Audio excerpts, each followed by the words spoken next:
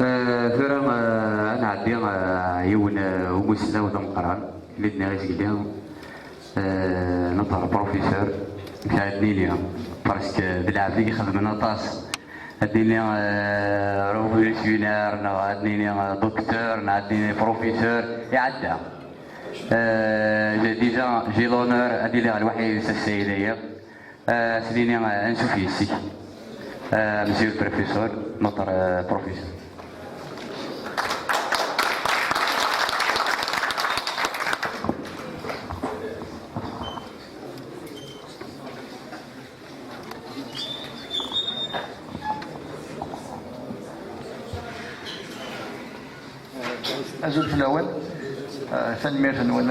Merci pour l'invitation, Monsieur le Président, les membres de l'association.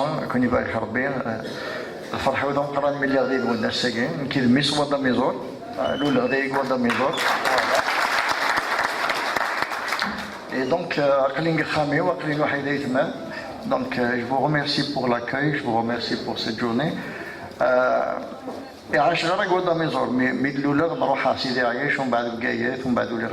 Pour faire mes études.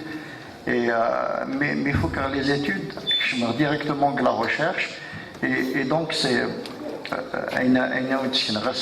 le résultat d'une recherche de plusieurs années concernant notre identité.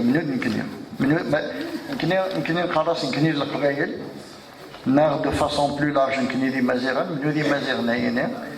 ainsi دوسان امشي عاشن امشي الا نزيش امشي قلنتورا امشي ساعتان الوقتين pendant tous ces siècles من هذه مزيغ اللي مقرانا اللي كتوسن قدونيث. Donc on va essayer de voir et surtout il y a un élément important, c'est le rôle des Berbères dans le développement de la civilisation en général. Et la civilisation occidentale en particulier. On va voir les éléments moyens. À la fin, bien sûr, Monsieur le Président, il y aura un débat. Donc, on va faire une projection sur les grandes lignes. On a décaniqué rapidement sur les éléments. S'il y a des questions, s'il faut développer des détails et tout ça, on les développera à la fin. L'objectif premier de la conférence, évidemment, c'est l'occasion du 20 avril, etc.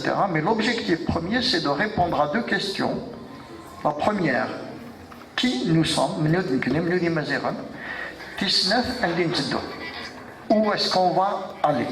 Et on va essayer de répondre à ces questions un petit peu parce que le domaine est très vaste et très riche. On ne peut pas le terminer dans une séance kéné, mais l'objectif c'est d'éveiller les consciences, c'est de comprendre que Imaziran c'est quelque chose de très important et l'histoire nous le montre. Donc on va commencer rapidement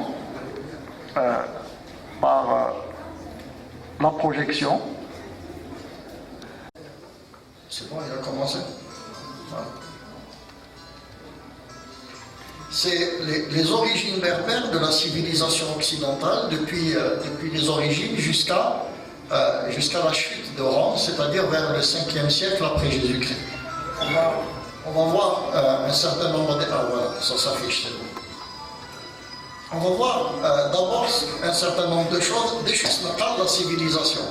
La civilisation grecque, la civilisation américaine, la civilisation espagnole, qu'est-ce qu'on appelle la civilisation? La civilisation, c'est quelque chose qui est le résultat, le fruit d'un développement intellectuel, d'un développement spirituel. Et la civilisation la plus connue de l'histoire, c'est la civilisation gréco-romaine.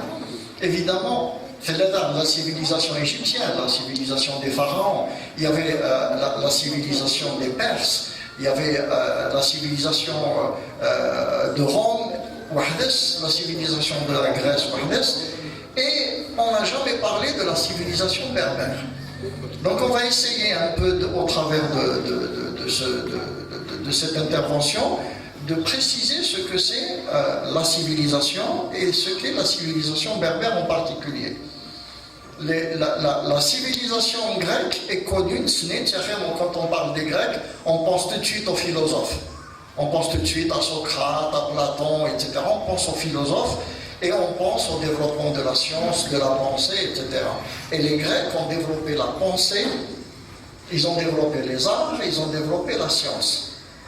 Mais après la Grèce, il y a eu le développement de la civilisation romaine, notamment avec l'apparition de Jules César et puis la fondation des grands empereurs romains qui a duré pendant 6 ou 7 siècles et qui ont occupé l'essentiel du bassin méditerranéen. Ils sont même allés jusqu'au sud de l'Angleterre, jusqu'au fin fond du monde connu à l'époque. Donc tout le bassin méditerranéen. Il n'y avait pas un endroit dans la région qui n'était pas un endroit qui appartenait à Rome. Et évidemment, le monde berbère, il laisse l'insan. Et la notion de droit a été très développée par les Romains. Les Romains insistaient sur l'organisation, sur la discipline, sur comment on appelle ça, sur le développement des projets par le sommet, c'est-à-dire par l'État. Les grands projets est une réalisation de l'État. Par exemple, Rome a réuni toutes ses provinces en construisant la route entre une ville et une autre. Il y avait ce qu'on appelait les voies romaines. C'est ce qu'on appelle les autoroutes. Mais la civilisation romaine a construit des choses inimaginables, des choses importantes, et c'est ça qui a donné plus tard les noms aux autres civilisations pour continuer. Et si vous remarquez bien, aujourd'hui la civilisation anglo-saxonne a beaucoup copié chez les Romains, et c'est comme ça qu'ils ont développé leur propre civilisation. Voilà. Là, on va se poser des questions concernant les Mazéras, les Mazéras.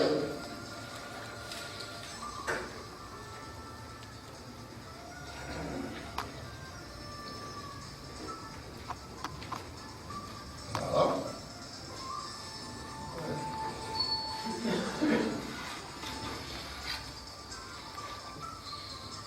Voilà. Alors, la civilisation occidentale est basée sur 2 éléments.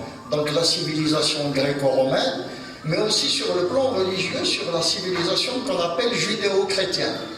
C'est-à-dire c'est une civilisation qui est basée à la fois sur la religion juive et sur la religion chrétienne. Et on sait très bien que le judaïsme, c'est la première des religions monothéistes, c'est la plus ancienne des religions, qui a été un peu popularisée et transmise par Sidna Moussa, donc Moïse, au travers de l'élaboration de lois qu'on appelle la Torah, et c'est elle qui a constitué la base de la religion juive. La religion juive, c'est d'abord l'obéissance à cette loi, avec l'espoir demain, si on fait du bien, d'être récompensé, si on fait du mal, d'être puni. Et c'est cet espoir, c'est l'annonce de la venue d'un Messie. Et c'est l'espoir des Juifs aujourd'hui qui attendent toujours la venue du Messie. Le Messie, c'est ce qu'on appelle le Messie. Et le Messie, c'est ce qui va constituer le cœur de la religion chrétienne. Jésus-Christ, pour les chrétiens, c'est le Fils de Dieu, c'est celui qui est venu pour se donner en sacrifice, pour obtenir le pardon des péchés. Et cette civilisation chrétienne a été surtout popularisée par les Berbères. Et on va voir comment les Berbères ont joué un rôle clé dans le développement de la religion chrétienne. Évidemment, quand on parle de religion chrétienne, à l'origine, on parlait de religion catholique. C'est pour ça qu'on va s'intéresser en particulier à celui que vous voyez véhiner, Saint Augustin. Saint Augustin de Mazir Nsoutaras. Son vrai nom, il se met Aourar. Aourar parce que c'était un blanc. Il se met Auguste parce que c'était quelqu'un au niveau philosophique, au niveau religieux, c'était quelqu'un d'important. Mais il se met Auguste parce qu'il y avait Auguste César.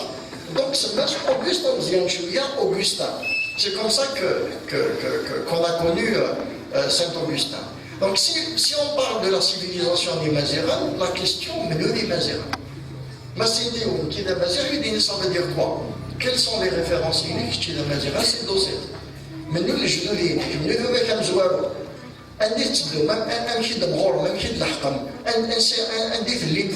Est-ce que Amazir la Qabaïli, la Qabaïli d'Amazir, est-ce que l'Ani Mazir Natam, est-ce qu'il y a des Maziran, est-ce qu'il y a des Maziran, est-ce qu'il y a des Maziran, est-ce qu'il y a des Maziran, et c'est les questions qu'il faut se poser. Et Maziran, en fait, ils occupent 12 pays, à partir de l'Égypte, du Nil, jusqu'aux îles Canaries. C'est énorme, c'est un territoire infini qui va de la Méditerranée jusqu'au Burkina Faso, jusqu'au Niger, jusqu'au Mali, jusqu'en Mauritanie. C'est un territoire énorme. Et pour étudier l'histoire des Berbères, il faut se poser des questions et aller vers les sources. Vous n'allez pas trop l'histoire. Plus on va dans l'histoire, moins il y a des documents, moins il y a des preuves. Donc la recherche devient plus compliquée au fur et à mesure qu'on avance dans l'histoire. Et cette recherche, elle va se baser sur des éléments scientifiques concrets, évidemment, c'est des documents scientifiques, mais aussi sur beaucoup de légendes, beaucoup d'histoires qui ont été racontées. Est-ce qu'elles sont vraies, est-ce qu'elles ne sont pas vraies, on ne sait pas. Mais quand on peut les prouver, on les utilise comme étant source documentaire scientifique. L'un des historiens célèbres, c'était Sallust. Sallust, il était préfet en Afrique du Nord. Et il a connu personnellement Jugurtha. Il a écrit un livre qui s'appelle Bellum Jugurthinum. C'est les guerres de Jugurtha. C'est le premier qui a raconté l'histoire de Jugurtha. Et il s'est intéressé à l'histoire des Juifs, des Berbères.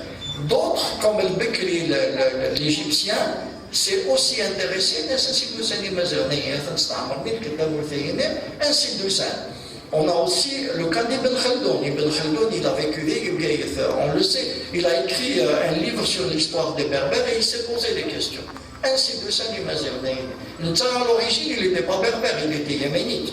Mais il a tellement voyagé, ses parents sont nés en Espagne, et il y aura le Damazir automatiquement. Et il a beaucoup écrit sur l'histoire des Berbères. Et ce qu'il faut retenir, c'est que l'ensemble de ces gens-là remontent à la même source. Et un des documents qui est le plus impressionnant, qui raconte l'histoire des Berbères, c'est la Bible. Je n'ai jamais pensé, à un moment donné, qu'on pouvait trouver l'histoire du Maziran dans la Bible. Et pourtant, elle est racontée sur une totalité de 22 textes. 22 éléments dans la Bible racontent l'histoire des Berbères. Mais on revient toujours à la même histoire, c'est qu'on vient tous du même endroit. Maintenant, si on croit en la thèse évolutionniste, comme quoi un animal, ou l'animal a évolué, il est devenu un être humain, etc., la deuxième option, c'est de croire que l'homme a été créé par Adam et Ève, et puis il s'est démultiplié petit à petit. Et cette théorie qui est défendue par les textes religieux, la Bible en parle, le Coran en parle, d'autres textes en parlent également, nous montre que, en fait, à partir de Noé, c'est Noé, on a compris que l'humanité a commencé à ce moment-là. Et l'arche de Noé, un déferlé en Turquie. Ça veut dire que l'ensemble de l'humanité, selon cette théorie, l'ensemble de l'humanité vient de Turquie. Où les chouinés du sang américain, du sang de la Chine, du sang du Japon, tout le monde vient du même endroit. Et à partir de là, on va développer un certain nombre d'éléments qui vont nous montrer ainsi de suite du Maziran. Nuh, Isa'ad Lathan Darias. Sam, Cham, Yafet. Tout le monde le connaît. Cham, on va le voir dans un moment. Isa'ad Arba'an Darias. Arba'an Weshur. Younzi, c'est Canaan. Canaan, c'est l'actuelle Palestine, Israël, Jordanie, etc. Isa'ad Wissin, Mitzrayim. Mitzrayim, c'est de là que vient le mot Mesra, l'Égypte. C'est lui le fondateur de l'actuelle Égypte. Isa'ad Wislathanis Miskouch, la civilisation couchite, c'est surtout l'Éthiopie. L'Éthiopie, l'Érythrée, la Somalie, toute la région de l'Afrique noire. Et Isa'ad Wislathanis Miskout. Poutayeni, c'est le premier chemin dans l'Afrique du Nord. C'est le premier qui a traversé le Nil, dans le pays qu'on appelle aujourd'hui la Libye. Hérodote, le père de l'histoire, la Libye commence du Nil jusqu'aux colonnes d'Hercule, c'est-à-dire le Maroc, Tanger, jusqu'à la frontière de l'Atlantique. Tout le pays de l'Afrique du Nord, on l'appelait à l'époque la Libye. Plus tard, quand les Romains sont arrivés, ils ont changé de nom, ils l'ont appelé l'Afrique. Plus tard, ils l'ont appelé la Mauritanie, c'est-à-dire que ce pays a changé de nom. Mais en réalité, il a toujours occupé le même espace de la vallée du Nil jusqu'aux îles Canaries que nous avons découvert plus tard. Et c'est un roi berbère, Juba II, qui a découvert les îles Canaries. Et Juba II était roi à Chefchaouen, c'était au 1er siècle après Jésus-Christ. Alors, la carte que nous avons en face, c'est la carte de la répartition des peuples. Et on voit bien qu'en Afrique du Nord, c'est Pout qui est venu, il s'est occupé de remplir cet espace-là par sa descendance. Il a eu des enfants, et ces enfants ont créé des tribus petit à petit jusqu'à créer de vrais peuples.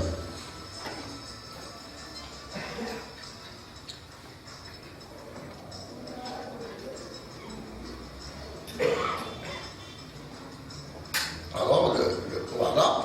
Flavius Joseph, qui est un historien du 1er siècle, a dit, attention, les Berbères, c'était des Gétules. Les Gétuléens, c'est-à-dire c'est les Berbères du Maghreb central. Les Gétules, ça a été parmi les premiers à avoir occupé l'Afrique du Nord. Et justement, Flavius Joseph était un historien juif. Il raconte que Oudéine, à partir de la Palestine, ils se sont petit à petit installés en Libye, en Tunisie, en Algérie, au Maroc, et ils ont occupé tout l'espace. Mais la particularité des Juifs, c'est qu'ils se sont tout de suite adaptés. Ils sont devenus eux-mêmes des Berbères. C'est pour ça qu'on parle des Juifs berbères de la civilisation judéo-berbère. Avec le temps, c'est maintenant des judéo-arabes. Alors qu'ils n'ont rien d'arabe, c'est des gens qui ont prospéré à partir du golfe de Sirte jusqu'en Tunisie. Par exemple, la région du Touat, la région d'Adral, était une région très judaïsée. Et on a beaucoup de gens qui s'appellent Touati, Touat, ils viennent du Touat, ils viennent de la région du Touat. Et ils sont montés au nord et ils ont beaucoup prospéré dans le monde du commerce. Et à partir de là, on va avoir des historiens qui vont s'intéresser. J'ai parlé tout à l'heure d'Hérodote. Hérodote qui est le père, c'est le premier historien de l'histoire. Hein. Hérodote était grec et il a consacré, il a écrit un livre très volumineux. Le 4e volume de son livre était consacré justement à la Libye. Et c'est lui qui explique que les Libyens, c'est-à-dire les Mazérones, c'est eux qui ont enseigné aux Grecs tout ce qu'ils savent. En matière de philosophie, en matière de cuisine, en matière d'habits, puisque M. le Président nous a parlé de l'habit kabyle, des arts, des techniques de guerre. C'est tout ce qu'il raconte à propos de la Grèce, on l'a pris chez les Libyens. C'est-à-dire que les Grecs n'ont pas été les précurseurs de la civilisation. Les Grecs, ce sont ceux qui ont généralisé la civilisation. Mais ainsi de Wintit seront et Mazéron. Et ça, c'est pas moi qui le dis, c'est un Grec. C'est-à-dire c'est le premier concerné et qui a Hérodote et qui a fait des recherches très poussées dans ce domaine et il a réussi à identifier 16, comme vous voyez derrière, 16 tribus berbères. J'attire votre attention sur 2 tribus en particulier, la 8, les Garamantes. Les Garamantes, c'est ce qu'on appelle aujourd'hui les Touaregs. Et le 14. Le 14, c'est les Maxis. Les Maxis, c'est une déformation du mot Mazir. D'accord? C'est-à-dire que déjà Hérodote reconnaît l'existence de tribus amazighes au 5e siècle avant Jésus-Christ. C'est-à-dire que ça ne date pas d'hier, ça ne date pas du 14e, du 15e siècle, mais évidemment de plusieurs siècles auparavant. Et ces tribus se sont fédérées pour créer 4 grandes régions au niveau de l'Afrique du Nord. La première, c'est celle où vivait Massinissa, c'est-à-dire l'est de l'Algérie jusqu'en Libye, c'est la tribu des Massiles. La tribu des Massiles, le nom est inérité encore aujourd'hui, puisqu'on a encore une ville qui s'appelle Massila. D'accord? Et c'est le même mot que portait la ville de Marseille, qui a été fondée par des Berbères. Donc, à Marseille, vous êtes chez vous, il n'y a pas de risque. Hein. Et puis, il y avait les tribus de l'Ouest, qui étaient les Mazéciles, dont le roi, on le connaît tous, c'est Syphax. Et puis encore plus à l'ouest, il y avait les Maures. Les Maures, c'est les actuels Marocains. C'est essentiellement eux qui ont occupé plus tard l'Espagne, l'Andalousie, etc. Et le père de Massinissa, c'était Gaïa. Vous avez des choses de Gaïa? C'est le mot qu'on utilise aujourd'hui, c'est la terre. Gaïa, c'était le mot qui désignait la terre. Les Mazérins étaient très attachés à leur terre. Et évidemment, le roi, c'est le roi de la terre. Et Gaïa, c'est le père d'un prince qui s'appelle Massinissa, qui va s'allier à Rome pour combattre Carthage. Et Carthage est allié avec Syphax. Donc il va y avoir une guerre et c'est Massinissa qui va gagner. Donc les deux royaumes, Massile d'un côté, Mazécile de l'autre, vont être réunis en un seul royaume, dont la capitale, et c'est celle de la culture arabe actuellement, c'est Sirta. D'accord? Et la capitale du royaume numide, c'était Sirta. Vous savez où je serai en Sirta? Parce que, vous voyez, Xantena, c'est fermé, hein? C'est un rocher fermé.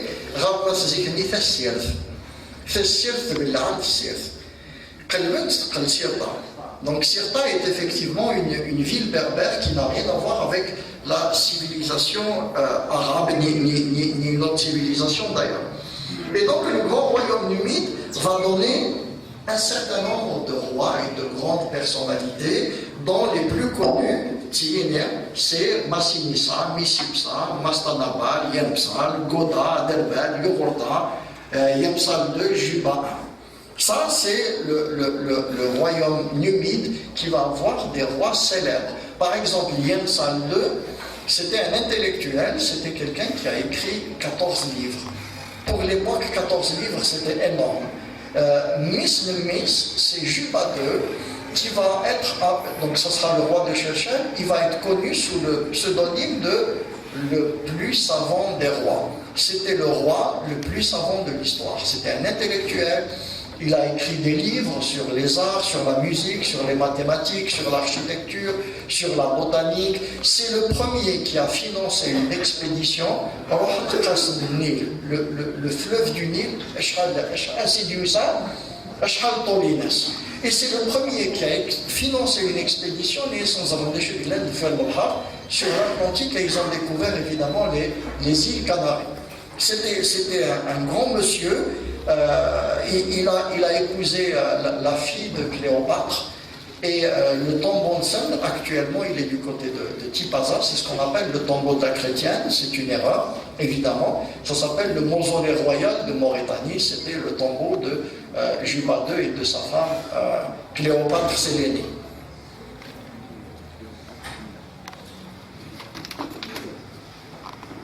Voilà. Les Berbères ont été cités dans les écrits égyptiens déjà avant la fondation du royaume d'Égypte.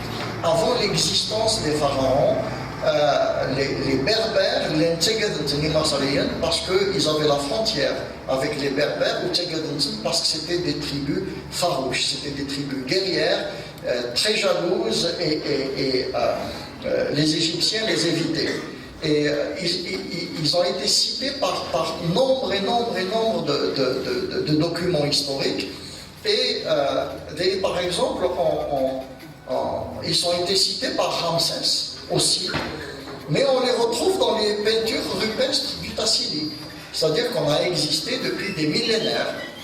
Et trois sources historiques importantes vont être développées là tout de suite. D'abord Hérodote, Diodore de Sicile et la Bible. Alors, Hérodote, donc je vous ai dit tout à l'heure, il a écrit un livre, il a consacré beaucoup de travail sur les Libyens, il nous donne des détails extraordinaires sur les villes, sur les traditions, sur l'agriculture. Vous savez que Massinissa a été le premier à avoir organisé de façon scientifique les règles de l'agriculture.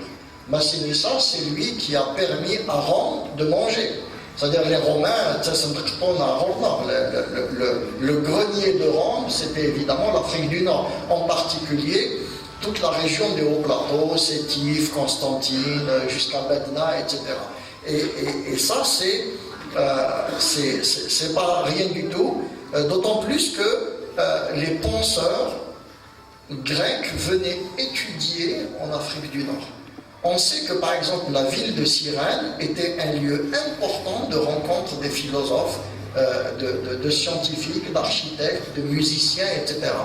Mais aussi, Cherchel, au temps de Juba II, était une capitale du savoir au niveau de toute la Méditerranée. Je veux dire, on a construit une statue de Juba II à Athènes, tellement les Grecs étaient impressionnés par le savoir de ce monsieur. C'est quelqu'un qui a marqué le développement de la pensée et des sciences et des techniques de son époque. Évidemment, d'Amazir. Voilà. Il y a un deuxième monsieur, Diodore de Sicile, qui a vécu à peu près 100 ans avant Jésus-Christ, et qui s'est amusé à écrire l'histoire universelle. À partir de toutes les sources qu'il avait, des sources vraies et des sources mythologiques. Il a écrit un livre qui s'appelle la Bibliothèque historique. Et dans cette bibliothèque, nous avons appris des choses extraordinaires. On sait très bien que quand on parle de la civilisation gréco-romaine, ils sont célèbres par quoi? Par leurs dieux. Les statues, etc. Et ils étaient très célèbres là-dessus. Mais ce qui est impressionnant avec Diodore de Sicile, c'est qu'attention, les dieux grecs, en réalité, ce sont des dieux berbères. Et il donne des exemples. Par exemple, le dieu des dieux, le père des dieux, les rois des dieux, c'était un certain Zeus. Et Zeus, c'était un dieu berbère. Quand on parle de Athéna, la ville d'Athènes, celle qui a fondé la ville d'Athènes, c'est un site, au lac Tritonis, Château-de-Gérard d'aujourd'hui.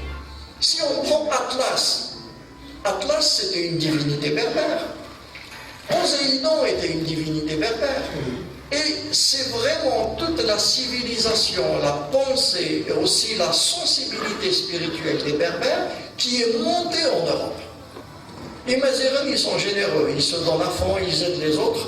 C'est pour ça que les autres se développent et que les Mazérins au même endroit. Donc je disais aussi, concernant la Bible, il y a 22 textes qui parlent des Berbères. Dans l'Ancien et Nouveau Testament, on les retrouve dans la Torah, dans les livres des rois et des chroniques. Par exemple, on apprend l'histoire de Sheshnak. Sheshnak, on célèbre chaque année une Neyer en l'honneur de son accession au trône. Les évangiles en parlent et les apôtres en parlent. On va voir quelques détails, parce qu'on ne peut pas tout voir évidemment. On va voir quelques détails pour avoir des exemples concrets. Les divinités mortes, on les appelait à l'époque les Déamora ou les Déamori. Mais par exemple, on connaît la déesse Tanit. Tanit, c'est une déesse et que tu vois un peu partout en Afrique du Nord, et elle était célèbre pour une chose, c'était le sacrifice des enfants. Et si vous remarquez bien, Mauritanie, un mot de Tanit. C'est le pays de Tanit, Mauritanie. D'accord? Par exemple, Marrakech, Amour Yakouch, c'est le pays de Yakouch qui est aussi une divinité de l'époque. Par exemple, l'arc-en-ciel, Tislis ou Wanzar. Tislis ou Wanzar, Anzar, c'était le dieu de la pluie. En grande Kabylie, parce que tu es solide. Golzil, c'était le dieu de la guerre. Donc on a beaucoup d'éléments de la culture berbère qui ont été transférés vers l'Occident. Les Occidentaux les ont développés, les ont conceptualisés, les ont officialisés, Donc on n'était même pas conscient de ce qu'on faisait. Mais une des choses qui a impressionné les Romains, c'était les sacrifices d'enfants. Pour éviter d'arceaux, etc., les riches, l'aîné des garçons, ils le sacrifiaient aux divinités, c'est la divinité Inès. Il n'y avait pas de guerre de religion entre berbères, ils se respectaient. Mais quand les Romains sont arrivés, ils étaient choqués. Et ils ont interdit les sacrifices d'enfants. Alors que les Romains n'étaient pas croyants, mais ils étaient complètement choqués par le fait de tuer un enfant. Iweshu, c'est pour éviter le mauvais œil, pour avoir de la pluie, pour gagner quelque chose, etc. Dans la Bible, la Libye est appelée Pout. Et un des berbères célèbres, puisqu'on a parlé de Sheshtar, il faut aussi parler de Poutiel. Poutiel était un berbère qui était dans la famille de Moïse, de Sina Moussa, déjà en Égypte.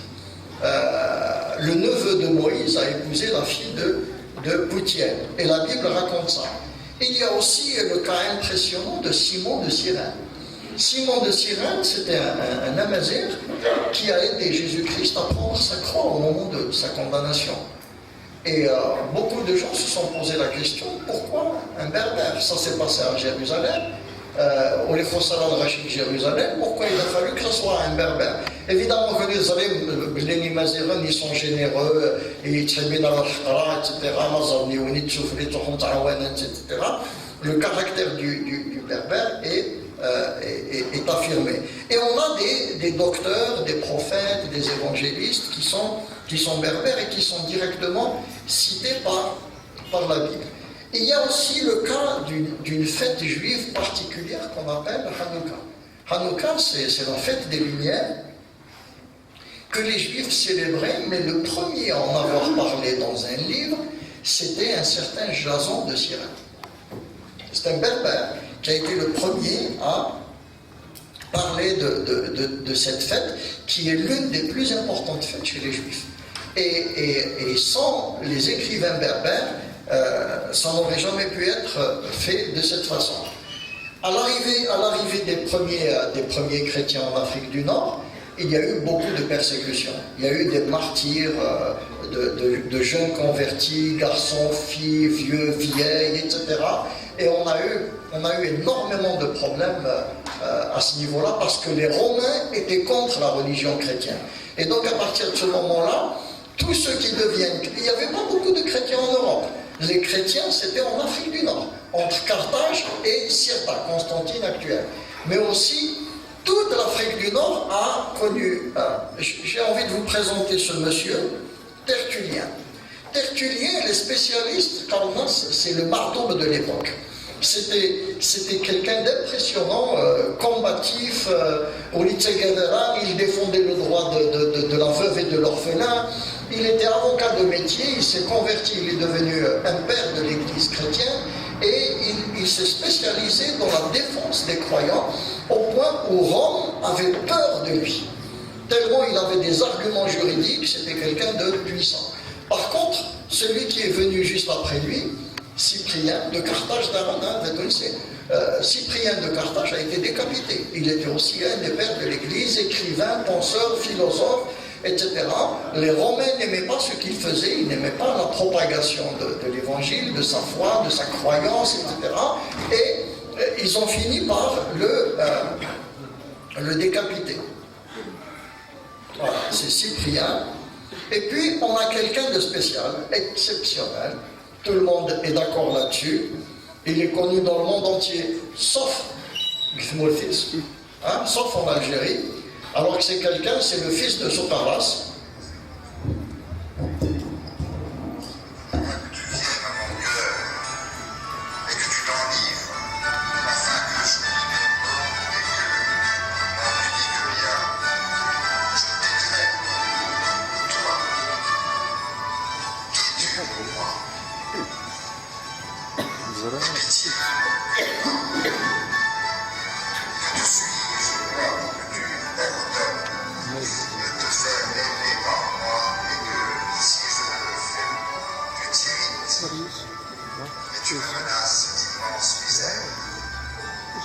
sens-moi une petite misère que pour moi de ne pas t'aimer. Hélas pour moi. Dis-moi par pitié, Seigneur mon Dieu, ce que tu es pour moi. Dis à mon âme, ton salut c'est moi. Ça, c'était Gérard Depardieu, vous l'avez reconnu, l'acteur français qui lisait un texte de Saint-Augustin. Et lui, Gerfagnon, est l'un des plus grands spécialistes, parce qu'il est mort il y a quelques années, était l'un des plus grands spécialistes de Saint-Augustin. Ce qu'il va déclarer est une chose quand même assez extraordinaire. Ça sera affiché dans un petit moment. Sans Saint-Augustin, l'Occident n'aurait jamais été ce qu'il est aujourd'hui, et il déclare Saint-Augustin le maître de l'Occident. Tous les philosophes occidentaux savent qui est Saint-Augustin. On n'a même pas une école qui s'appelle Saint-Augustin, même pas un musée, un centre culturel. On n'a rien. C'est-à-dire que le Nord,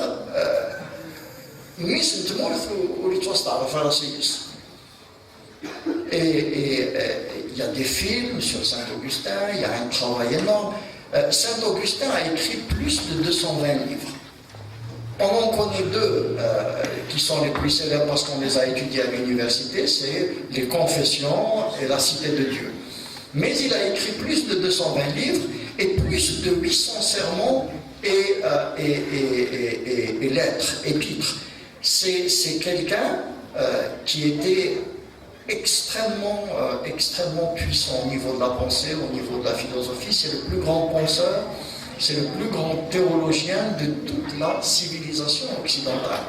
Et à son époque, il y avait plus de 7000 églises en Afrique du Nord. En Afrique du Nord, pas en Algérie évidemment, un peu partout. Voilà. Vous voyez, Saint-Augustin est le plus grand penseur de l'histoire humaine. Tout le monde le reconnaît. En l'an 2000, Bouteflika avait organisé un grand colloque à Alger sur Saint-Augustin. Un grand colloque où il a invité des spécialistes du monde entier, ils ont parlé de lui, etc. Jusqu'à présent, les actes du colloque n'existent qu'en allemand. Infernal en français. Et nulle part dans les discours officiels, on a parlé de Saint-Augustin, on l'appelait Augustin l'Africain. On ne lui reconnaît pas le titre de saint, alors que c'est le principal père de l'Église latine, c'est le plus grand philosophe de la chrétienté et de l'Occident en général. Et tous les grands philosophes, historiens, penseurs, pour ceux qui connaissent un peu l'histoire des Berbères, Gabriel Camps, c'est le plus grand spécialiste de l'histoire des Berbères.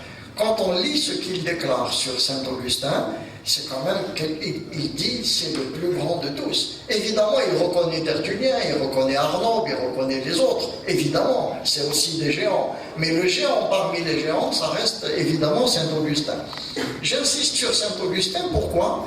Parce que c'est Saint-Augustin qui va inspirer tous les autres philosophes, que ce soit Blaise Pascal, que ce soit René Descartes, que ce soit Leibniz, que ce soit les philosophes allemands, Martin Luther, qui a été le créateur du protestantisme, John Henry Newman, qui est le créateur de l'anglicanisme. Tous ces gens-là ont puisé directement chez les Berbères la pensée des pères de l'Église berbère pour construire leur propre civilisation. C'est-à-dire que la civilisation occidentale est d'origine amazigh. Ce sont les premiers berbères qui ont construit tout ce qui aujourd'hui sert de civilisation occidentale. Vous allez parce que vous n'êtes rien du tout. Et justement, c'est là où il faut se poser la question.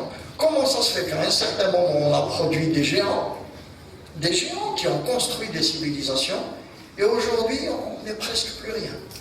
Je suis berbère, il comprend barbare. Assine Temazir, il ne sait pas ce que c'est un Mazir. Assine Daqbaïla, il ne sait même pas ce que c'est. Même en Algérie, Assine Daqbaïli, parfois on prend mal la chose. Qu'est-ce qui a fait qu'à un certain moment dans notre histoire, on était des géants, et puis aujourd'hui, on n'existe presque plus. Évidemment, j'ai un message d'espoir. Je ne dis pas ça pour décourager les gens. Je dis simplement que l'histoire est un éternel recommencement. Ça, c'est un principe en histoire, les choses, ça va être calme. Et il y a deux éléments. La première, c'est que dans la Bible elle-même, il y a des prophéties qui concernent les Berbères. La Bible dit qu'à la fin des temps, les Berbères, ils vont reprendre leur position, ils vont devenir importants, ils vont encore produire des penseurs, des intellectuels, des prophètes, etc. Deuxième élément, si vous regardez aujourd'hui, concrètement, depuis avril 80, depuis le 20 avril, il y a un réveil de la berbérité. Il y a une prise de conscience des Berbères. Évidemment, ça prend du temps, ça ne se fait pas comme ça du jour au lendemain. Mais est-ce que vous vous imaginez que le 20 avril, il n'y avait que la Kabylie? Aujourd'hui, c'est toute l'Afrique du Nord qui réclame son amazérité. Toute l'Afrique du Nord. En novembre dernier, j'ai rencontré le théâtre Nguev, un Égyptien. Il a joué une pièce et à la fin, خمسة ديدس ناس تدمر فيك ايش بديني تحيدا ناس قلت لك شكرا بالامازيغيه لا لا لا لا انا امازيغي اكثر منكم ناس كاينين اني تو لويست دو ليجيبت دي مازيغ اني حنا مضطهدين غير معترف بنا ولكن نحن كلنا امازيغ. Quand un Égyptien réclame son amazérité, c'est quelque chose d'extraordinaire. Vous savez, je suis dans la Libye depuis 2 ans. Imaziren, ils sont revenus en force alors que l'amazir était interdit, comme chez nous dans les années 60 et 70. Aujourd'hui, les Tunisiens, une partie des Tunisiens réclament leur amazirité, et le Maroc a été le premier pays qui a eu le courage de rendre officielle la langue amazir. Et je ne parle pas de l'Azawad, je ne parle pas de la Mauritanie, je ne parle pas du Burkina Faso. Il y a un réveil général de la conscience amazigh. Et ceux qui veulent s'engager dans des combats politiques doivent prendre en considération ce genre de situation. Il y a un réveil de l'histoire. Ne forcez pas, ne défoncez pas les portes déjà ouvertes, accompagnez-les par une production intellectuelle, par une production philosophique, par une production artistique. Et l'une des choses les plus importantes, c'est le produit de la pensée, le fruit de notre réflexion. Apportons notre contribution et accompagnons cette évolution. Je suis sûr que d'ici quelques années, on va penser à la journée OSCE comme étant de la préhistoire, parce que les choses sont en train de s'accélérer. Il y a de l'espoir dans la mesure où aujourd'hui la population amazigh est en train de prendre en charge son identité, sa revendication. Regardez, toute la Kabylie est en grève aujourd'hui. C'est incroyable quand même. Alors qu'il y a 20 ans, tu as de la grève, tu vas en prison, c'est pas compliqué. Aujourd'hui, même au niveau des pouvoirs, il y a une résistance, mais ils savent que c'est une réalité. Et je cite Lucien Oulhabib, Lucien Samir Oulhabib, qui dit la chose suivante: les Berbères doivent donc se tourner résolument vers la culture qui est aussi la leur, qui est aussi le produit de leurs ancêtres. C'est-à-dire que quand on se tourne vers la civilisation européenne aujourd'hui, ou la civilisation occidentale, parce que la civilisation c'est nos pères qui ont fait cette civilisation, on est en droit de la réclamer. Et il faut la réclamer, il faut le rappeler aux Européens, aux Occidentaux, sans nous, ils n'auraient jamais existé. C'est nous qui les avons fait. C'est vrai qu'aujourd'hui, quand tu me regardes, tu me dis tu n'es rien, c'est juste. Mais aujourd'hui, je suis rien. Hier, j'étais et demain, je serai encore. Et le problème aujourd'hui, si vous prenez les Berbères dans le monde, je vais vous donner des exemples rapides. Le directeur général de la Banque mondiale. Vous demandez à n'importe qui, il va vous dire c'est un juif et c'est un américain. Personne ne vous dira c'est un marocain, c'est un berbère. Le chef d'état-major, j'écoutais hier à la radio, le chef d'état-major de l'armée israélienne d'Amazir. Vous allez trouver des Amazirs. Et il y a beaucoup de berbères célèbres dans le monde. Certains on les connaît, d'autres on ne s'en rend même pas compte. Évidemment, si je prends l'exemple que j'ai sous les yeux pour finir cette conférence, on se rend compte qu'il y a Chechnar, qu'il y a Juba, qu'il y a Augustin, on a eu 3 papes berbères, on a eu 3 empereurs, Amazir, qui ont dirigé Rome, etc. Mais qui vous dira que Zinedine Zidane est un Amazir? Tout le monde pense que Zinedine Zidane est un... D'ailleurs, il ne s'appelle même pas Zinedine Zidane, il s'appelle Zizou et c'est un Français. Alors qu'une Zinedine d'Aqabili de Gaïf. Mais on ne vous dira jamais ça. Parce que nous, on ne prend pas en charge cette revendication. Il faut qu'on dise que nous sommes berbères. Il faut qu'on dise, en assumant les avantages et les inconvénients. Il faut assumer son histoire, les moments sombres de notre histoire. Vous voyez ce qui se passe à Constantine actuellement? La capitale berbère est devenue capitale de la culture arabe. Mais c'est magnifique. Les gens ne se rendent pas compte, ils sont choqués, non, Constantine n'est pas arabe, etc. Mais ça, tout le monde le sait que Constantine n'est pas arabe. Mais c'est surtout le lieu où va mourir la culture arabe en Afrique du Nord. Constantine, c'est la fin de la culture arabe en Afrique du Nord. Attention, c'est un élément important parce qu'il faut s'inscrire dans l'histoire. Moi, je pense qu'ils ont atteint le point culminant de la bêtise. Et maintenant, ils ne peuvent plus que descendre parce qu'ils ne peuvent plus monter. Et justement, ça correspond au moment où les Amaziens se sont réveillés. Je vous remercie beaucoup, Oliver Frappé. S'il y a des questions, ils sont là.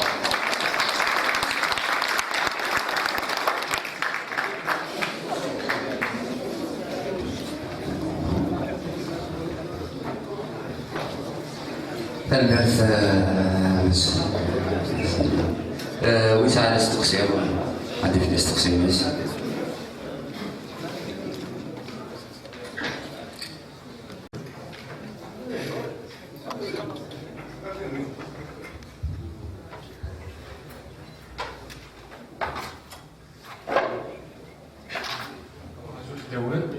تنمير في مزيانية في موسنين ساعدي في كاسية. Bon, ça fait vraiment chaud au cœur, bon, je l'aurais la civilisation, que ce soit vers l'Occident, mais je pense que la question qu'il faut se poser, c'est que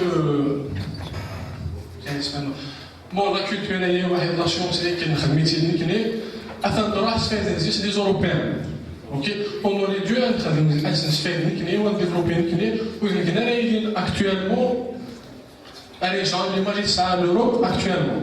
Donc la vraie question qu'il faut se poser, bon, ça reste mon idée, c'est ce qu'il faut faire pour reprendre le chemin qu'on a pris il y a des millénaires,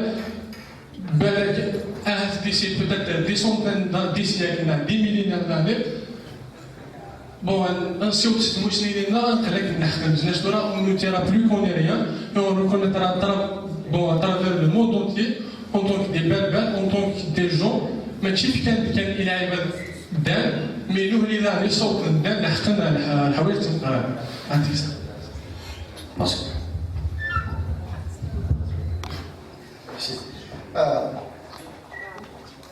Quand je travaillais sur ce thème, quand je faisais des recherches, je me suis posé une question simple. Comment est-ce que nous avons fait, avec tous les avantages, toutes les richesses que nous avons, comment est-ce que nous avons fait pour tomber aussi bas? Comment nous avons fait pour ne plus exister au point où, en Occident par exemple, on nous considère comme des Arabes? Je n'ai rien contre les Arabes, mais je ne suis pas arabe, je ne suis pas français, je ne suis pas américain, je suis amazir, tout simplement. Pourquoi on ne reconnaît pas mon amazirité? Eh bien, juste un constat, parce que le débat est ouvert, il est large, hein, mais juste un constat, c'est que quand Massinissa a créé le royaume numide, la première des choses qu'il a faites, c'était de réunir, de fédérer toutes les tribus berbères. Et on a d'autres exemples. Par exemple, Juba II, il était roi de Mauritanie, du Maroc jusqu'à la Libye. Et c'était le moment où le royaume était extrêmement puissant. Mais l'autre aussi, plus tard, Youssef Ben Teshfin. Youssef Ben Teshfin a eu le plus grand royaume d'Afrique du Nord. Et c'est quand il a réussi à fédérer les tribus. À quel moment l'Afrique du Nord a chuté? C'est au moment où on s'est divisé, au moment où on s'est querellé, au moment où on s'est séparé, au moment où les choses de l'État On s'est divisé, on s'est réclamé etc. À partir de ce moment-là, on ne s'est pas fait. Donc la réponse, pourquoi on n'en a pas profité? C'est parce qu'on s'est débarrassé de l'élément principal qui est celui de l'union. Si on n'est pas unis, on ne pourra jamais en profiter. Et c'est les autres qui en profitent. Je vais vous dire, où sont les 300 milliards de dollars qu'Allah a aujourd'hui? Ils sont dans les banques étrangères. Très peu est investi en Algérie. Pourquoi? Parce que l'Algérie est dans une position de faiblesse. Pour pouvoir rentabiliser quelque chose, il faut être dans une position de force. Et je pense que l'une des choses qu'il faut prendre en considération rapidement, c'est le fait de s'unir entre Kabyle, Chaoui, Mozambique, Touareg, etc., pour dire nous sommes un seul peuple divers, avec chacun ses spécificités, mais à l'origine nous sommes un seul peuple, c'est le peuple amazigh.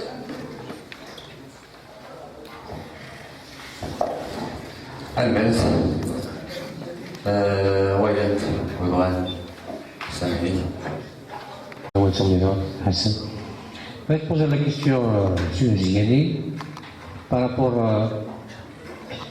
à la civilisation amazigh. Donc, une notion par rapport à la religion chrétienne. Quelle est la civilisation amazigh par rapport à la religion islamique? C'est-à-dire الولاية parce que هذوك عربية إسلامية حتى الأمازيغية إسلامية دونك بغينا نعلم أمي يتنقل بارابور نكتب بلي العلماء مازيغن لا سيفيليزاسيون مازيغ يكشفون الجناس مكريدو مي مالوريزمون تورا خلاص لا لونغ يعني لا سيفيليزاسيون ينصحبها كان باش نهضر قلنا غادي ليميت كوتي تندير. Concernant la civilisation islamique, la conférence, je l'ai limitée jusqu'au 5e siècle, c'est-à-dire il n'y avait pas encore l'islam à l'époque. Mais évidemment, l'arrivée de l'islam va changer beaucoup de données superficielles. Mais au fond, un mazir, c'est-à-dire il est en latin, il est mais au fond c'est le même, c'est-à-dire aujourd'hui les traditions amazigh, c'est les mêmes depuis des millénaires, depuis même avant l'arrivée de la religion chrétienne. Je vous ai parlé par exemple des religions païennes, des divinités païennes. Je vais vous donner un exemple. Qu'est-ce que vous remarquez? La première des choses, c'est le minaret. Le minaret existait en Afrique du Nord avant même l'existence de la religion chrétienne. C'est-à-dire bien avant Jésus-Christ, les basiliques païennes avaient cette particularité d'avoir des minarets à 3 étages exactement où il est une remarque impressionnante. Au-dessus des minarets, il existait déjà au temps de Juba II, alors que le christianisme n'existait même pas encore. Sur beaucoup de mosquées, vous avez 3 boules. Vous n'avez pas le Juma ou l'Ahlad, ça a 3 boules. Les 3 boules, il y a une histoire d'Hercule. Hercule, qui est une des divinités grecques. Hercule, et il avait une mission, c'était de trouver les pommes d'or. Les pommes d'or des jardins des Hespérides, c'est-à-dire des jardins de l'Afrique du Nord. Et les pommes d'oreiller, c'est en fait 3 fruits. Yuwen, c'est l'argonier, c'est un fruit d'argon. C'est pour ça qu'il y a les 3 boules parce que c'était les fruits qui étaient les plus utilisés comme thérapie, comme médicament à l'époque. Et les Grecs ne connaissaient pas. Donc ils ont envoyé un de leurs dieux pour venir récupérer ces fruits en Afrique du Nord. Et c'est devenu une légende. Parmi les 12 travaux d'Hercule, il est connu comme ça, l'un de ses travaux, c'était de récupérer ces pommes d'or. Tismet, vous me parlez de la langue. Historiquement, la langue d'Amazigh n'a jamais été officielle. Jamais, même pas autant de Massinissa. Massinissa, il avait 44 garçons. Ishia était tous les 44 en Grèce pour étudier. Donc, Tamazigh Fayyiné, c'est un bien familial précieux que les Berbères ont toujours gardé chez eux. Dès qu'il y a un étranger, on apprend la langue de l'étranger, on maîtrise la langue de l'étranger.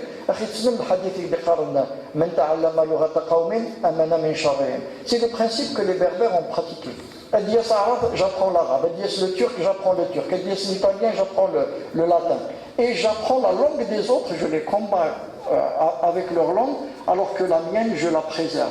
C'est ce qui explique pourquoi, depuis plus de 3000 ans, Tamazight continue d'exister alors que nous n'avons même pas d'écrit.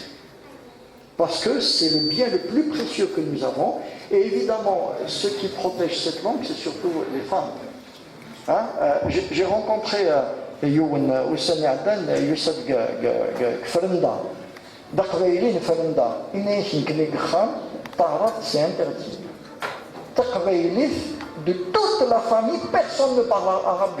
Les cousins, les cousines, les neveux, les égales, personne ne parle arabe. Entre eux, ils ne parlent. C'est-à-dire cette langue est préservée par un miracle qu'il est difficile d'expliquer comme ça, mais ceux qui veulent officialiser Tamazight, bon, Tamazight, l'administration va devenir banale, jeune. Alors que la vraie langue tamazight, c'est celle que nos grands-mères, nos mères sont en train de transmettre dans la maison de façon naturelle, sans se casser la tête. Maintenant, je ne suis pas contre l'officialisation, mais comment va se faire cette officialisation?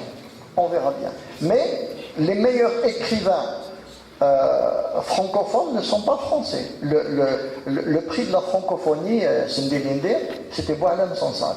Tamazight de Souq al-Had. D'accord? Ça, le premier dictionnaire en arabe de Tamazight qu'il a créé. Le plus grand spécialiste du latin, c'était Saint-Augustin. C'est jamais des gens, des étrangers qui maîtrisent leur langue mieux que les Berbères. C'est toujours les Berbères qui maîtrisent ça. Nous avons un don, nous avons un talent dans ce sens-là. Et aucun étranger ne peut nous égaler, naturellement, sans faire un effort. On est comme ça.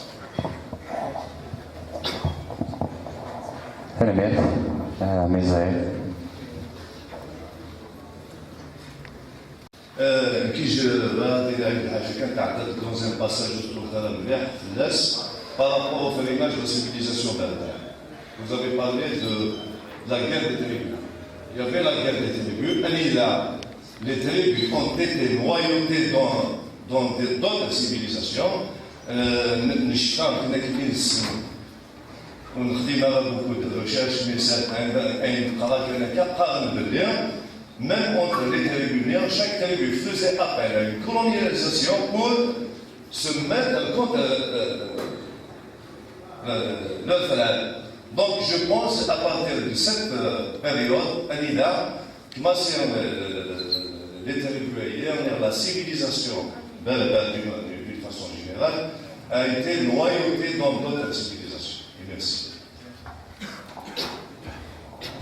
Je vous donne juste un exemple, je pense que pour moi c'est le plus grand des exemples, la guerre entre Massinissa et Silex.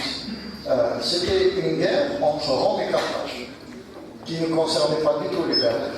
Et Rome s'est allié avec un Berbère, Carthage s'est allié avec un autre Berbère, mais le Nibézéron s'est allié à la Et ça, c'est terrible comme constat. Et évidemment, c'est une technique qui est utilisée partout dans le monde, hein, diviser pour mieux régner. Et jusqu'à aujourd'hui. C'est pour ça que tout à l'heure, dans mon discours, je disais une chose simple, c'est la prise de conscience. Si on ne sait pas qui nous sommes, nous ne saurons pas comment réagir. Et les autres vont continuer à nous manipuler à leur profit. Je voudrais remercier M. Zeri.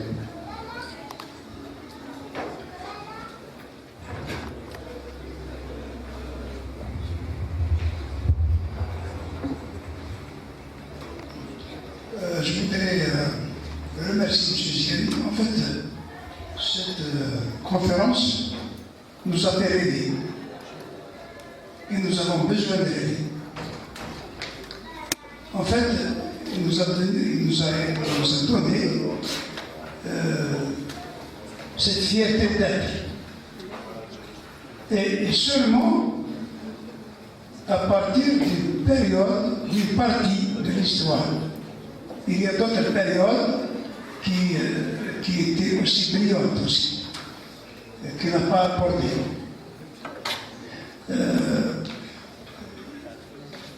Il y a effectivement de grands personnages. Notre histoire a enfanté de grands personnages, des personnages parmi les plus grands.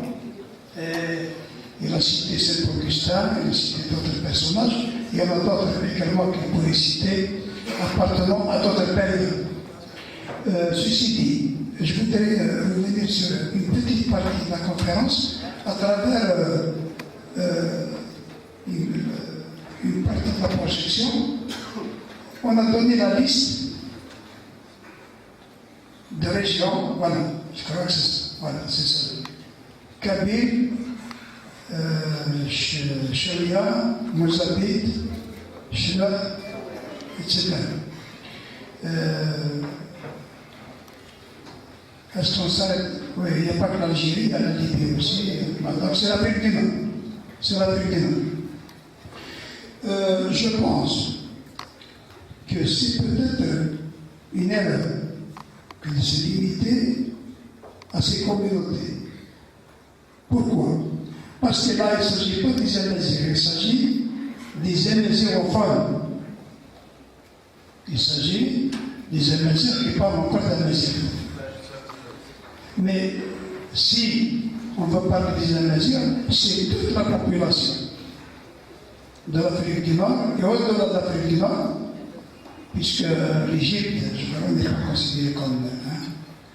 Donc c'est jusqu'au Nil, jusqu'aux îles Canaries, jusqu'au Sahel, toute cette région est peuplée par des Amazirs. Majoritairement Amazirs, essentiellement Amazirs, même s'il y a des apports. Il y a des apports extérieurs. Mais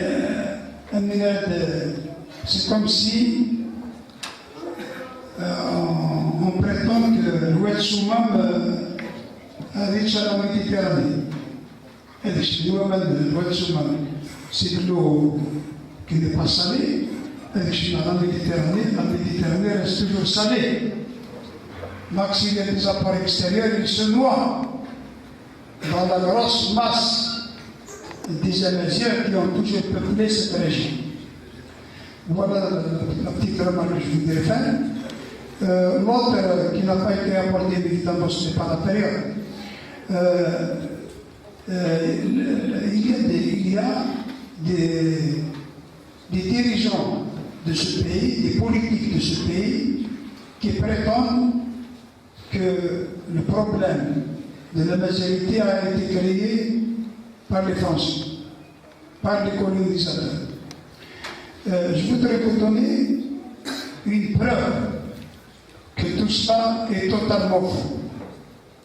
Bien au contraire. Je voudrais vous donner la preuve que la colonisation française a contribué à l'arabisation de l'Algérie. Ça vous étonne, hein? Quelqu'un qui vous dit que le colonialisme français, il a contribué à l'arabisation de l'Algérie. C'est étonnant, c'est pourtant la vérité. Le colonialisme français a contribué à l'arabisation de l'Algérie à travers l'arabisation des noms des lieux et à travers l'arabisation des patronymes ismaélites.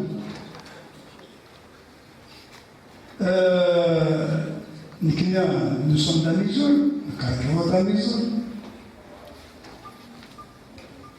Maintenant, on va faire ça. Est-ce qu'il y a avec la Missour, c'est car nous sommes de la Missour et de ça. Nous sommes de ça. On ne peut pas de la Missour. Nous sommes de ça. Nous sommes de ça. Nous sommes de ça au Missour. Qui a arabisé le nom de cette web? C'était les Français. À travers, lorsqu'ils avaient fait le cadastre, le premier cadastre, le sénatus consulte, ils avaient arabisé les lieux. Ainsi que Souma, ainsi que Nakaratura, Nakaratura, ainsi C'était les Français qui avaient donné le nom, l'appellation de Oued Souman à la Soumane. On peut également citer des agglomérations, des localités. Par exemple, Atmouhli. فرصة اسمي في فرنسا تسمى بني موحلي احكي مكان بني موحلي أثيني en Kabylie, mais c'était la France, c'était l'administration française, c'était à l'époque les bureaux arabes. Les bureaux arabes ont été installés à travers toute l'Algérie pour créer le cadastre, puis l'état civil. C'était pour administrer l'Algérie à travers des officiers arabisants. C'était des officiers et l'école supérieure des langues orientales de Paris. Et l'école a été créée par Napoléon à Massar, la compagnie de l'Égypte. Il avait créé l'école supérieure des langues orientales. Et l'utilisation qui a été faite, la première utilisation peut-être, c'était la formation des officiers égyptiens en Algérie pour administrer l'Algérie. Et en fait, les Français avaient peut-être fait la même erreur que nous faisons aujourd'hui. Ils confondaient l'islam et l'Arabie. Comme nous aujourd'hui, beaucoup d'entre nous, je parle des Algériens, je ne parle pas des Kabyles. En général, un Constantinois, lorsqu'il parle d'arabe, il pense plutôt musulman. Mais évidemment, après, il y a confusion. Il y a une confusion qui se fait et on passe de l'islam à l'Arabie. L'islam, l'arabe, et ça reste. Ça reste. Donc, je vais vous donner un autre exemple maintenant.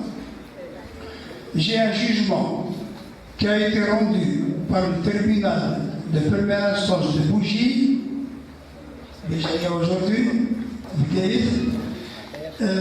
en 1899. Il y avait un problème, il y a une c'est un africain, en tant que chara, du gay. Alors, lui, celui qui faisait le secrétaire de séance, du tribunal,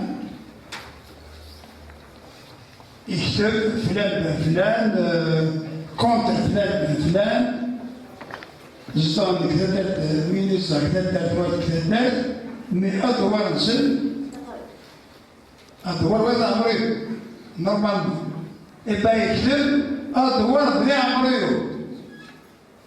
بني عمري va être arabisé dans un écrit officiel de la colonisation بني عمري et pourtant ولحد أرسل يوم الوطن المسلمان الوطن المسلمان اللي كان بني عمري كل حاجة ما كان عمري هذا عمري et bien dans des documents officiels français je peux bnei عمري. Donc nous pouvons affirmer aujourd'hui que la France a contribué à l'arabisation de l'Algérie. Voilà, je vous remercie.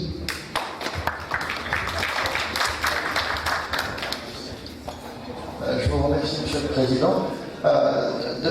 Deux choses. En 1863, ce fameux Napoléon voulait créer le grand royaume arabe qui devait aller de Bagdad jusqu'à Tanger.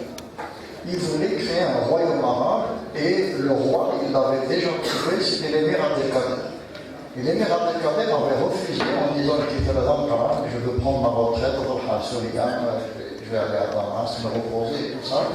Et il n'a pas trouvé de personnalité suffisante pour l'imposer comme roi sur ce royaume arabe. C'est-à-dire pour lui, les Assyriens de Syrie, les Cananéens d'Irak, les Berbères d'Afrique du Nord, tous c'est des Arabes. Et justement, c'est lui qui a imposé ces changements de nom. Athéné, c'est devenu Beniéné. Deuxième chose, je n'ai pas eu le temps d'en parler, il y a eu 2 études scientifiques. Justement parce que M. Bouzidi nous parle d'un problème d'arabophonie, de berbérophonie. L'Algérie et l'Azéra, et encore, c'est un arabe, il faudra en parler une autre fois. Mais il y a eu 2 études, l'université de Boston et l'université Mohammed bin Abdelaziz à Riyad. L'université de Boston s'est posé la question, qui sont les habitants d'Afrique du Nord? Donc ils ont envoyé une équipe, enfin ils ont pris des échantillons de sang pour l'analyse d'ADN. Et l'autre équipe, c'est l'équipe, donc c'est 2 études complètement séparées. Hein. L'étude de l'université Mohammed bin Abdelaziz à Riyad s'est posé la question, donc ils sont partis dans tous les pays arabes, ils ont pris des échantillons pour des analyses ADN.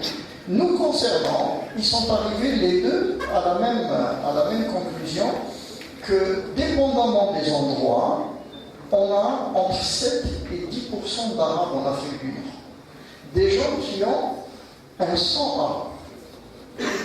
C'est-à-dire que 90% des habitants de l'Afrique du Nord ne sont pas arabes. Ça, c'est le premier élément. 60% des Égyptiens du Nord sont des Berbères. Les endroits comme les montagnes de l'Atlas, au Maroc, le Djurdjura, les Babor et les Aurès ont 100% de sang berbère. Il n'y a pas de mélange extérieur. Les mélanges se font sur le littoral, là évidemment, où il y a des échanges avec les Ladins, les Égyptiens, les Turcs, etc. Mais pour dire que la présence arabe en Afrique du Nord est noyée, comme disait M. le Président, c'est-à-dire que ces mêmes Arabes se sont adaptés, les Romains se sont adaptés, les Vandales se sont adaptés, les Turcs se sont adaptés, et ils sont devenus parmi nous. Maintenant, il reste le problème de locution. Je parle en français. Suis-je français? Je parle en anglais, suis-je américain? Je parle arabe, suis-je arabe? Mon parler ne représente pas mon identité. Il représente un moyen de communication, et je vous disais justement, les Berbères sont très forts en l'accaparation des moyens de communication des étrangers.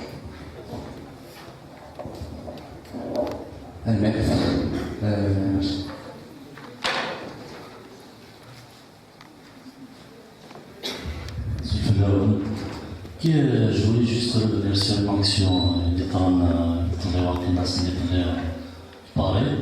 l'action, ils ont levé un nouveau drapeau, même si l'équipe HUFN, que pensez-vous de cette action?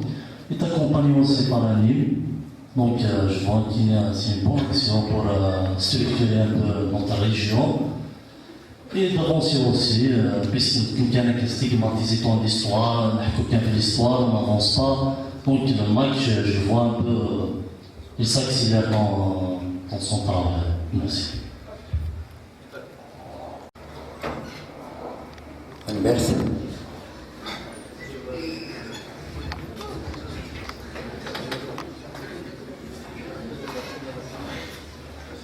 Effectivement, je ne peux que rejoindre ce qu'a dit M. Ziani, tous les combats, toutes les actions qui peuvent contribuer à une meilleure prise de conscience de notre appartenance à la mazirité, ne peuvent être que les bienvenus, il faut les encourager.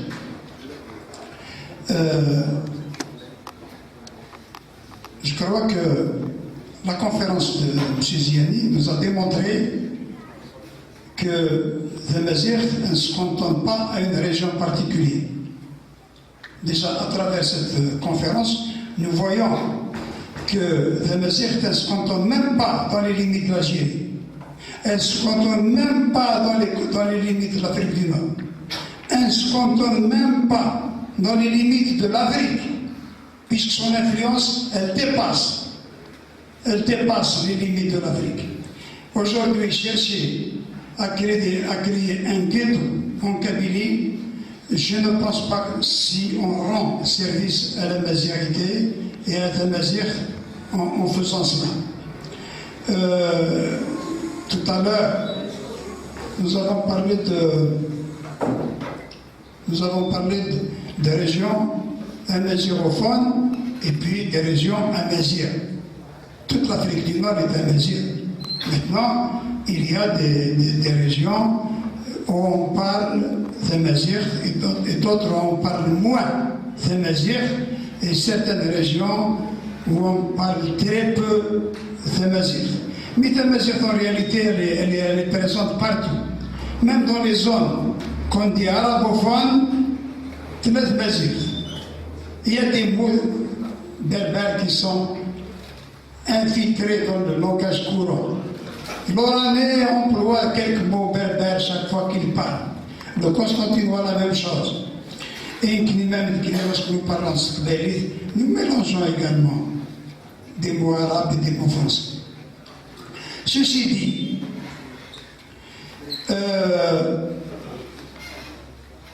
créer un ghetto en Kabylie,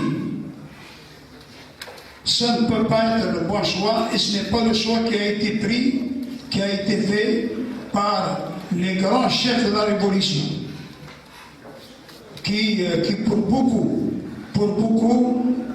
étaient d'origine kabyle, il faut le dire. C'est une réalité. C'est une réalité. La plupart des colonels de la guerre de libération sont d'origine kabyle. Et ils ont lutté pour toute l'Algérie, pour l'ensemble de l'Algérie. Il faut lutter pour la restauration de Tamazigh dans toute l'Algérie et au-delà de l'Algérie. Et il faut éviter le ghetto de Varsovie. Je ne sais pas si c'est ici. En Pologne. Avant la Deuxième Guerre mondiale et pendant la Deuxième Guerre mondiale.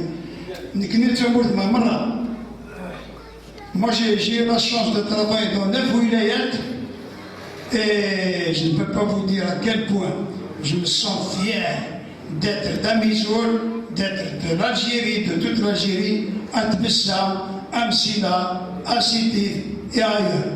Il faut lutter pour la restauration de l'identité nationale Tamazigh dans toute l'Algérie et au-delà de l'Algérie. Et je vous remercie.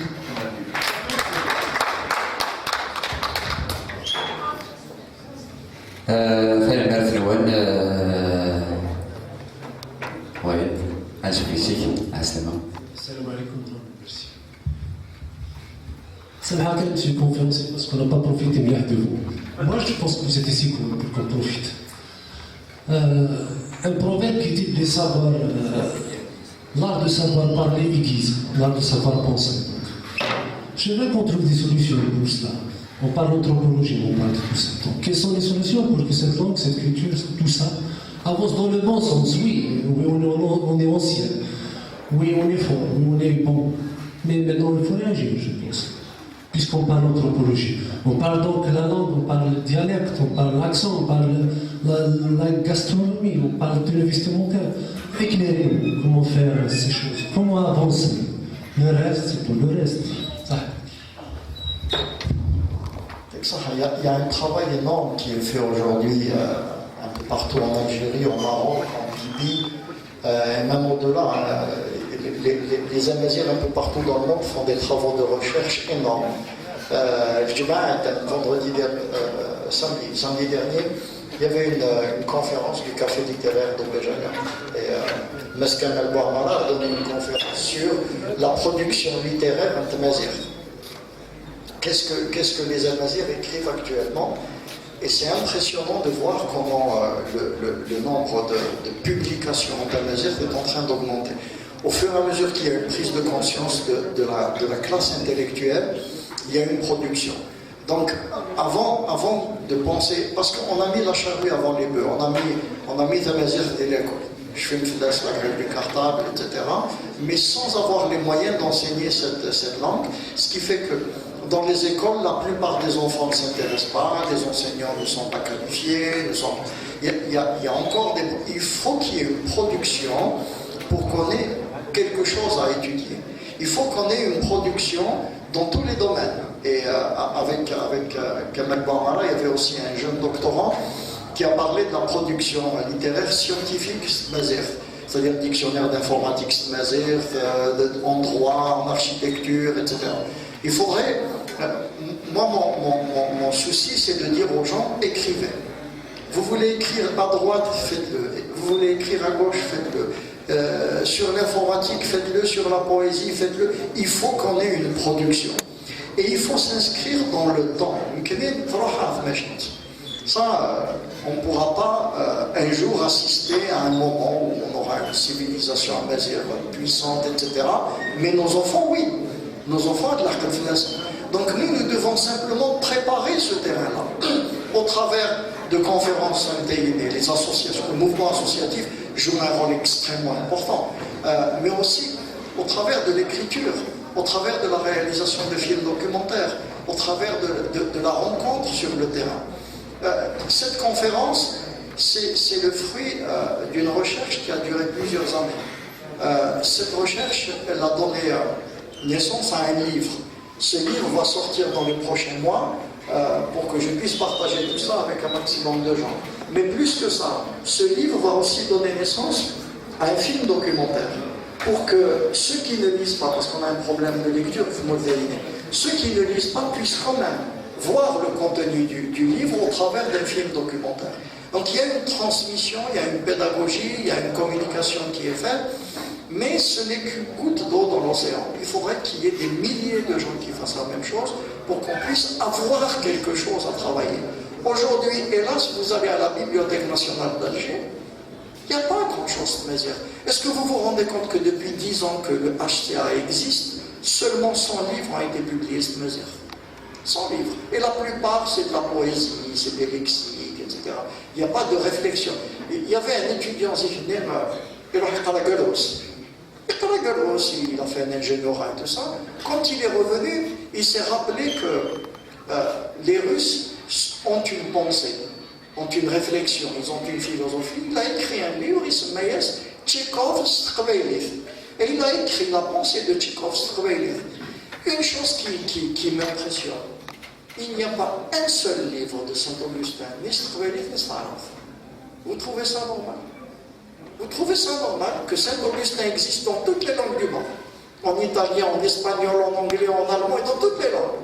Saint-Augustin n'a pas été traduit en kabyle, en berbère en général, et n'a pas été traduit en arabe. Surtout en arabe, ils ne veulent pas que Saint-Augustin existe, parce que dès qu'il y a un amazigh qui monte, il faut le couper. Et un géant comme ça, eh ben, il décourage tout travail le concerne. Voilà, donc il y a un travail de longue haleine, il faudrait que tout le monde s'y mette, chacun en fonction de ses moyens, et peut-être qu'un jour on arrivera à quelque chose. Moi, de mon côté, je sais que le chemin est déjà tracé, que l'objectif sera atteint. Je ne sais pas s'il sera atteint dans 10 ans ou dans 100 ans, mais on est sur le bon chemin. Voilà.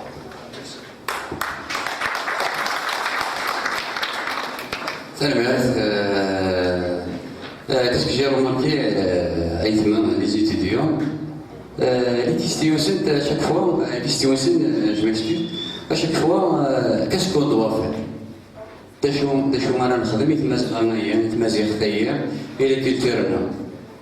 Exactement, c'est la question qui se pose. فمازيغ تحوج تسوبرتيكي كتجي هذه النهايه ديالي مصير تسوبرتيكي فمازيغ كراو تيهضر هادي حوف فني خص نزيس ديالي مازيغ باسكو البروبليم كيمور سي با لي زاراب سي l'arabe. Le problème d'arabisation, c'est pas le problème d'arabe. Les Vénézuéliens, presque 7%, c'est une goutte d'eau.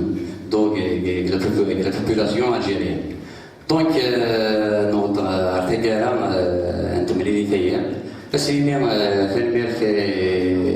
MS, le professeur là, تنميرتي كونويا يدي وسان حضرت اللي مزيدنا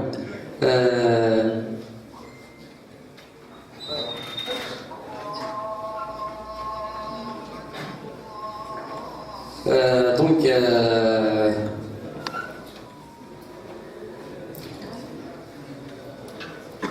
انا عندي سكر ريميرسمون يا مسيو دكتور زيانية نبيل.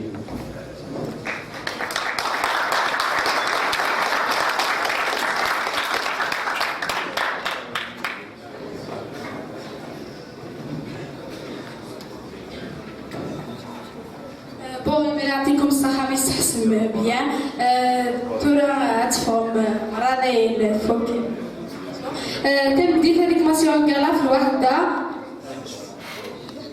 في الوحدة ونص ان شاء الله هذه اللي دير بغينا ولا تغني كاينش ناين وديني ولا ديني كرا يعطيكم الصحة يا بلا.